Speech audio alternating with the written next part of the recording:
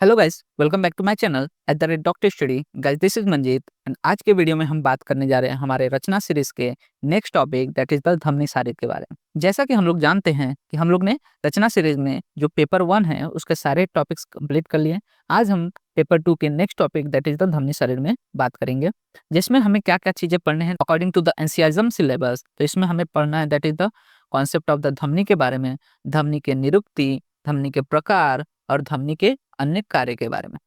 Basically इसका जो weightage बताया गया है एग्जाम में 2 मार्क्स के लिए बोला गया है, तो इस पे ज्यादातर चांसेस है कि आपको क्या पूछ सकता है, सिर्फ एमसीक्यू ही पूछेगा। तो उसी के अकॉर्डिंग हम लोग इसको पढ़ने वाले हैं। तो सबसे पहले हम बात करते हैं इसके निरुक्ति के बारे में। तो निरुक्ति में बेसिकली हम देखते हैं दैट इज द धमन्यात् धमन्यः। तो इसमें क्या बोला गया, ध्यान मतलब कि स्पंदन प्रतीत होता है, मतलब कि स्पंदन जिस चीज में देखने को मिलता है, ठीक है, जहाँ पे स्पंदन देखने को मिलता है उसे हम लोग क्या कहते हैं, धमनी कहते हैं। अब बेसिकली बोला गया कि आयुर्वेद उक्त जो धमनी है यह नलिका सदृश अवकाश युक्त हृदय से निकलने वाले रस, रक्त व तथा स्पंदनशील रचना है। बेसिकली हम लोग ने इससे पहले वीडियो में सीरा की बात की, तो सीरा का मतलब किससे हम लोग लेते हैं, वेन से। उसी तरह जो धमनी होती है उसको हम लोग आर्टरी कंसीडर करते हैं, उससे कोरिलेट किया जाता है इसको।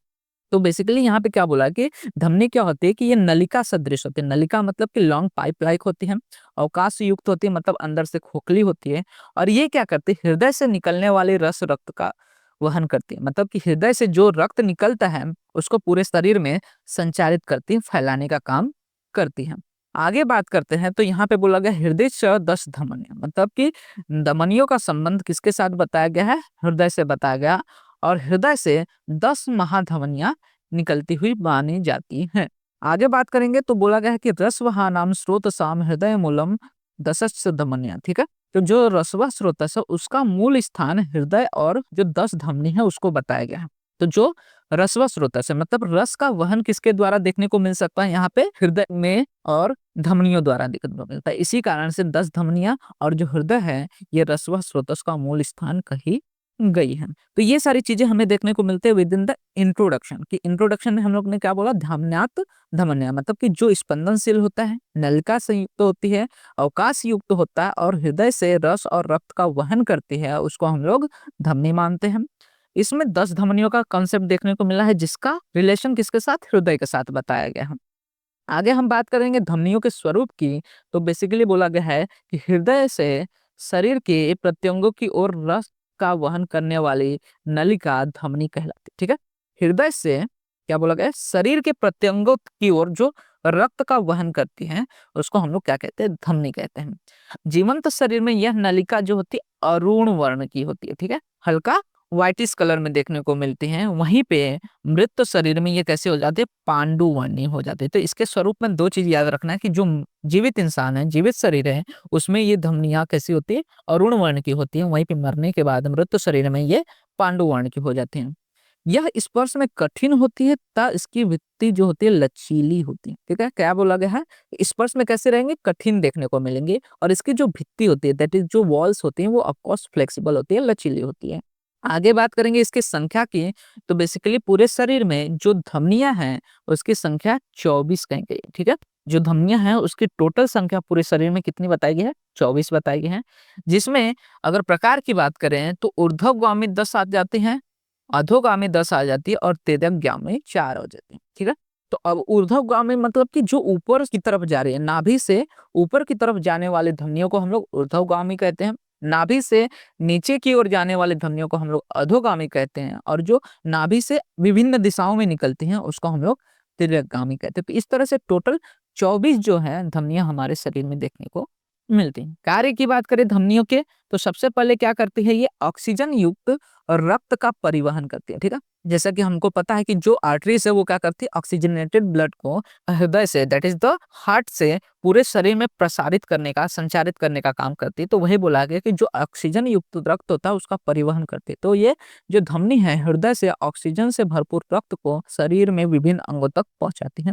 दूसरा, पोषक तत्वों की आपूर्ति, यह रक्त के माध्यम से आवश्यक पोषक तत्वों को कोशिकाओं तक ले जाने का सहायक होती हैं। ठीक है, तो ये क्या करते हैं, रक्त के माध्यम के द्वारा जो पोषक तत्व होते हैं, जो न्यूट्रिशियस सब्सटेंस होता है, न्यूट्रिएंट्स रहते हैं, मिनरल्स रहते हैं, उसको बेसिकली कहाँ से, हृदय से या फिर जो रक्त है उसके द्वारा कोशिकाओं तक मतलब कि सेल्स तक ले जाने में मदद करती हैं।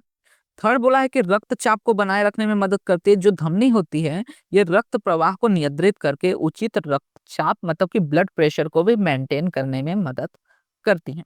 इसी कारण से इसकी जो वॉल्स होती हैं फ्लेक्सिबल होती है, लचीली देखने को मिलती हैं। आगे बात करेंगे तो ये शरीर के तापमान को नियंत्रित करती है। क्या करती है, शरीर के तापमान को नियंत्रित करती हैं और धमनी के संकुचन और प्रसार के शरीर के तापमान को संतुलित रखने में सहायता मिलती है। ठीक है, जो धमनी है उसमें संकुचन होता है या फिर प्रसारण होता है तो उससे ब्लड प्रेशर और साथ ही साथ जो बॉडी का हेमोस्टेसिस है वो मेंटेन रहता है। वहीं पे आगे बोला गया कि रक्त के प्रवाह को सही दिशा में बनाए रखना मतलब रक्त को सही दिशा में ले जाने का काम करती है। जो धमनी होते हैं इसमें वॉल्व्स नहीं पाए जाते। हमें पता है कि जो आर्टरीज होते हैं उसमें वॉल्स नहीं रहते, जबकि सिरा दैट इज द वेन्स में वॉल्स देखने को मिलती हैं। लेकिन इसकी मोटी दीवारें रक्त को सही दिशा में प्रवाहित करने में मदद करती है। ठीक है, इसकी जो मोटी दीवारें होती है दैट इज जो वॉल्स होते हैं वो as compare to the veins मोटी देखने को मिलते हैं, जिसकी वजह से ये प्रेशर मेंटेन करके सही दिशा में क्या करती है, जो ब्लड होता है उसको पहुंचाने में मदद